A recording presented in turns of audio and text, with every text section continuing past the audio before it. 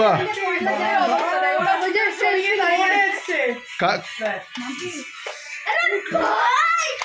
কালিম্পংয়ে গিয়ে না ও বলছে আমি ইয়ে করছি কি ব্লগ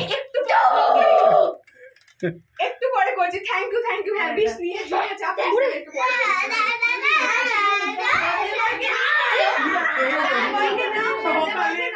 সকালে গানটা চালিয়েছে পার্টি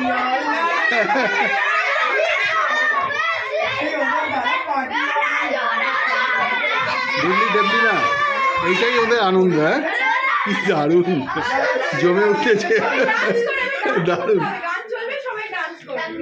বুঝলি শ্রাবস্তি এইটাই আনন্দ হ্যাঁ বাচ্চা